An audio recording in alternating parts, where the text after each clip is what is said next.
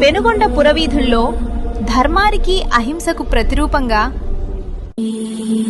అవతరించింది శ్రీ వాసవి కన్యకా పరమేశ్వరి.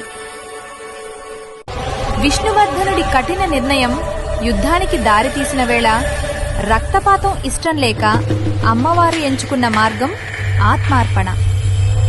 ఆర్య వైశ్యకుల గౌరవం కోసం, స్త్రీజాతి ఆత్మగౌరవం కోసం 102 గోత్రాల పెద్దలతో కలిసి అగ్ని ప్రవేశానికి సిద్ధమయ్యారు. అగ్నిగుండం పూలపాన్పుగా మారిన అద్భుత ఘట్టమది.